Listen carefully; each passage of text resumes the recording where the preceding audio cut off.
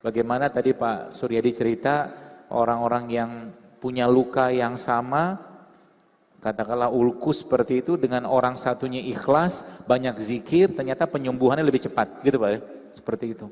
Itu yang saya katakan di awal tadi. Islam memegang konsep bahwa kesehatan itu mulainya dari kolbu.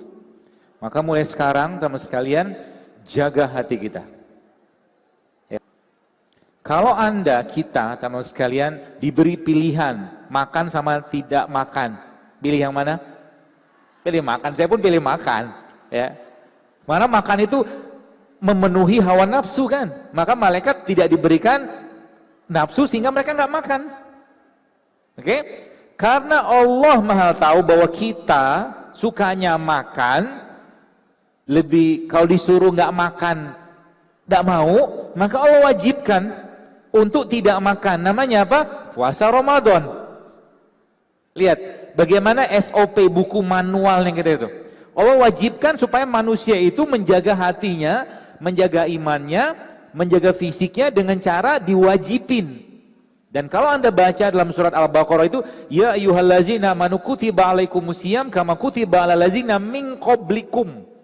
Min qablikum itu maksudnya apa? Puasa itu syariatnya sudah ada sejak zaman nabi-nabi dulu. Karena apa? Karena manusia kita, sejak nama Nabi Adam, sama prototipenya, atau mungkin badan kita tuh sama, cuman beda di ukuran dengan Nabi Adam. Nabi Adam tingginya 27 meter, kita 2 meter udah tinggi banget. Oke, maka bagaimana cara membuat badan itu sehat? Salah satunya adalah toolsnya adalah berpuasa. Allah berikan puasa, wajib 30 hari selama Ramadan puasa, stop makan. Tapi sayangnya di negeri ini kita justru malah Ramadan inflasi kita paling tinggi. Betul? Ibu bapaknya sibuk makan apa, sahur apa, buka apa, sibuk buka bersama dengan siapa, tapi Al-Quran 1 juz pun tidak terbaca 1 hari. Betul? Betul. Padahal Ramadan tuh dijadikan Allah bulan untuk memperbanyak ibadah, bukan makan.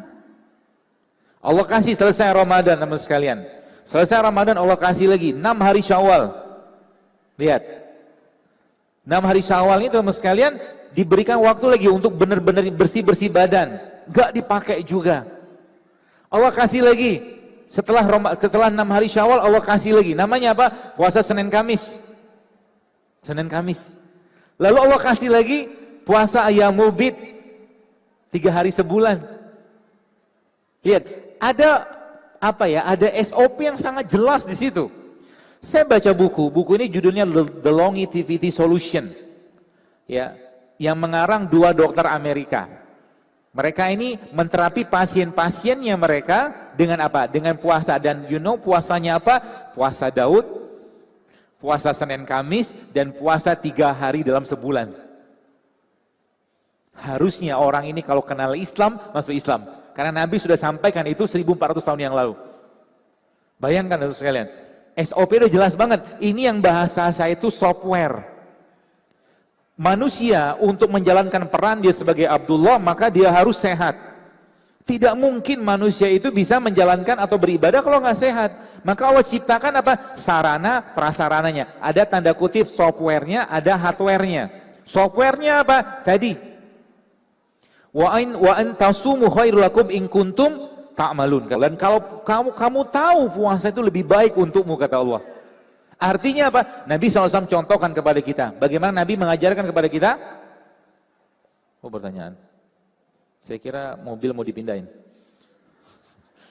Nabi ajarkan kepada kita. Nabi SAW selama hidupnya tidak pernah kenyang. Nabi nggak pernah kenyang. Ubannya Nabi kita alaihissalam ketika meninggal 3 lembar. Uban itu tanda oksidasi, tanda penuaan. Kenapa? Makan beliau tidak berlebihan, bahkan pernah disebutkan dalam sebuah riwayat Rasulullah SAW itu ternyata dalam sebulan beliau hanya makan kurma dan minum air. Dan ini detoksifikasi yang terbaik. Kalau Anda baca feed saya tadi pagi, memang iya. Bahkan kemarin saya dapatkan ada seorang yang mengabarkan ke saya, dia bilang tumornya hilang setelah dia menerapkan hanya makan kurma dan minum air putih. Lihat, Nabi kita itu manusia yang paripurna. Saya, Pak Suryadi, ya teman-teman dokter ini sekolah dokter. Pertanyaannya, ada role modelnya nggak? Ada orang yang bisa dijadikan contoh nggak? Yang sehatnya paripurna? Nggak ada. Nabi sangat paripurna, nggak pernah sakit. Sakitnya pun cuma 2 kali. Ketika beliau diracun oleh seorang wanita Yahudi dengan daging kambing, dan ketika beliau meninggal. Itu aja sakit yang berat, lain nggak ada. Artinya apa? Kalau kita sekarang banyak penyakit, sakit-sakitan, banyak keluhan, artinya ada hal-hal dalam Al-Quran dan sunnah Nabi SAW yang kita langgar. Itu aja. Pasti kita langgar. Maka dibekasi Allah softwarenya. Tadi kita bicara tentang software pertama. Software pertama itu namanya puasa. Maka mulai sekarang teman sekalian, kalau Anda mau sehat, jangan biasakan banyak-banyak makan. Dan makan yang terbaik adalah di waktu matahari masih terbit dan sebelum matahari tenggelam, itu makan paling baik. Maka Nabi mencontohkan apa? Rasulullah SAW ketika ba'da isya, beliau tidak makan, tidur.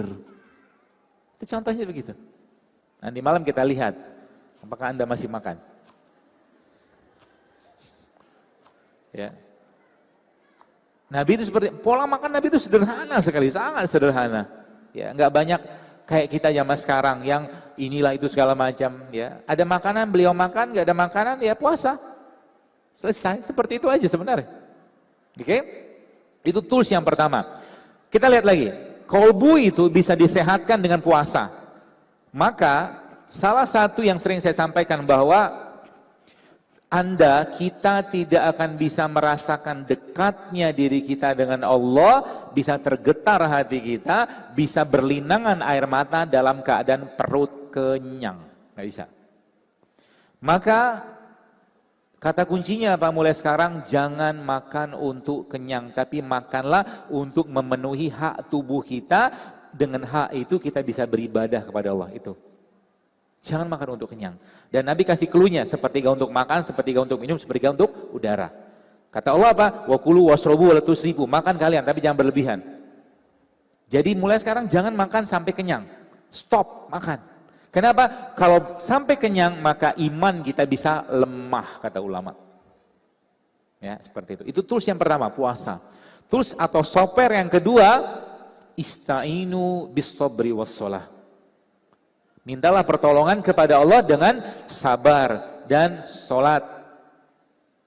Lagi sakit, apapun sakitnya, ambil air wudhu ya, lalu sholatlah 2 rakaat. Minta petunjuk sama Allah, ya Allah, aku zolim dengan diriku, aku zolim dengan makananku selama ini. Maka beri aku petunjuk ya Rob, apa tumbuhan atau produk yang kau ciptakan di atas tanahmu ini ya Allah, yang bisa mengobati, menyembuhkan penyakitku dengan izinmu dengan sangat mudah. Orang lupa sering doa kayak begitu. Betul? Ketika sakit yang dicari siapa? Dokter, rumah sakit, herbalis. Dia lupa ada Tuhan yang menyembuhkannya dia. Pertanyaannya, apakah dengan ketika kita makan sesuatu itu Allah sembuhkan? Allah alam kita nggak tahu. Hanya Allah yang tahu. Ini akidah kayak begitu. Mau Allah sembuhkan silakan, itu kehendak Allah. Mau Allah belum sembuhkan silakan. Maka kan sabar. Lagi ada penyakit sekian tahun nyampahin badan, sekian tahun makan yang nggak sehat. Tanya dokter, herbal apa yang cepat mengobati penyakit saya? Mana bisa cepat? Badan sudah penuh dengan sampah. Gitu loh. Sabar sedikit. Ya. Ista'ini bisabri was shalah. Oke? Nabi SAW mencontohkan seperti itu teman sekalian. Nabi ketika beliau ada masalah yang beliau kerjakan pertama kali apa? Beliau berwudu dan sholat 2 rakaat. Minta petunjuk sama Allah. Maka saya katakan demi Allah, Allah bisa sembuhkan kita dengan sangat mudah. Bahkan dengan air kayak begini, kalau Allah berkehendak, Allah sembuhkan kita. Ini akidah kayak begitu. Ini yang zaman sekarang orang lupa. Lupa dengan surat Asy-Syu'ara. Allah bilang apa? Faiza maritu fahuwa yashfin, kata Allah. Dan kalau engkau sakit, aku yang sembuhkan. Bukan herbalmu, bukan inimu, bukan teorimu.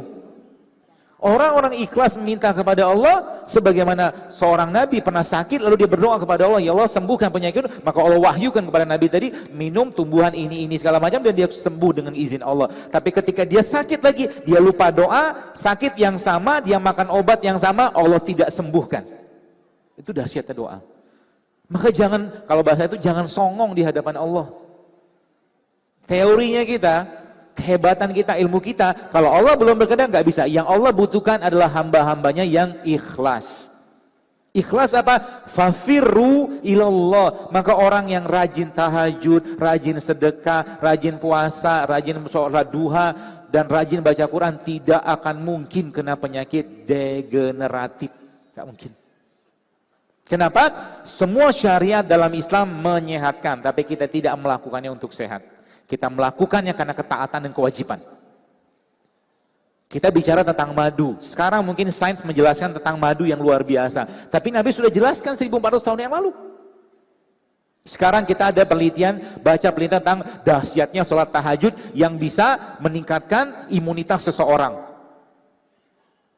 Dan bahkan, kalau boleh saya katakan, kalau Anda mau bebas kanker, jangan pernah lepas tahajud. Wallahi. Kalau mau bebas penyakit-penyakit kardiovaskuler, jangan pernah lepas membaca Al-Quran. Saya kemarin dapatkan sebuah penelitian sederhana dari seorang dokter. Dia beberapa sampelnya dikit Pak Sur. Dia itu penelitiannya tentang orang darah tinggi sama darah rendah. Itu sama beliau disuruh baca Quran dan berzikir. Yang darah rendah kembali normal, yang darah tinggi menjadi normal coba. Itu dahsyat Al-Quran. Kenapa sekarang orang tidak bergetar hatinya dengan Al-Quran? Wallahualam kita nggak tahu apa, tapi mungkin hatinya begitu keras dari makanan tadi, mungkin dari yang tidak halal yang masuk, dari behaviornya, dari adab dia segala macam, sehingga Al-Quran tidak bisa memberikan efek ke badannya. Ibnu Qayyim Al-Jauziyah pernah demam suatu hari. Diceritakan sebuah riwayat, apa yang dia kerjakan? Dia bacakan Al-Fatihah ke badannya, dia usapkan dengan Al-Fatihah tadi, dan seketika itu demamnya turun. Kenapa kita sekarang nggak bisa? Karena imannya kita banyak terkontaminasi dengan hal yang berhubungan dengan akidah.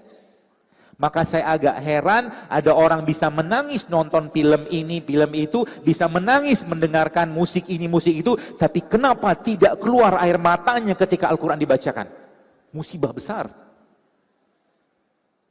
Ketika Al-Quran itu dibacakan, apa yang terjadi? Harusnya kolbunya bergetar. Harusnya dosa tadi yang bahasa saya seperti radikal bebas tadi itu rontok semua. Tapi satu ayat dibaca belum juga dapat efek. 2 ayat, 3 ayat, 1 lembar, dah juga terlalu banyak dosa yang ada pada hatinya sehingga Al-Quran tidak menjadi asbab kesembuhannya sebagaimana yang Allah sampaikan dalam Al-Quran. Kata Allah apa? Wa nunazzilu minal Qur'an ma huwa syifa rahmatul lil mu'minin, kata Allah. Kami jadikan Al-Quran sebagai syifa, sebagai penyembuh. Maka saya katakan Bapak sekalian, kalau Anda punya penyakit apapun, pengobatan yang perlu Anda lakukan pertama kali adalah bacalah Al-Quran. Di situ ada mukjizatnya. Buat diri kita tuh bergetar. Bahkan Umar bin Khattab mengatakan dalam sebuah riwayat, kalau engkau membaca Quran, maka menangislah, kata Umar. Kalau kau tak mampu menangis, kata Umar, paksakan dirimu untuk menangis. Umar bilang begitu. Kita begitu gampang melihat sesuatu yang akhirnya mungkin heart touching, heart soothing, mata kita mengalir. Tapi kenapa Al-Quran tidak memberikan efek gitu loh? Ya. Kenapa Al-Quran? Ini saya katakan tadi, mari kita kembalikan kepada tanda kutip softwarenya Allah. Ya. Maka ketika Anda baca Al-Quran, minta sama Allah, ya Allah jadikan Al-Quran yang ku baca ini menjadi wasilah penyembuhan penyakitku. Bisa nggak? Insya Allah, kalau kita yakin pasti bisa.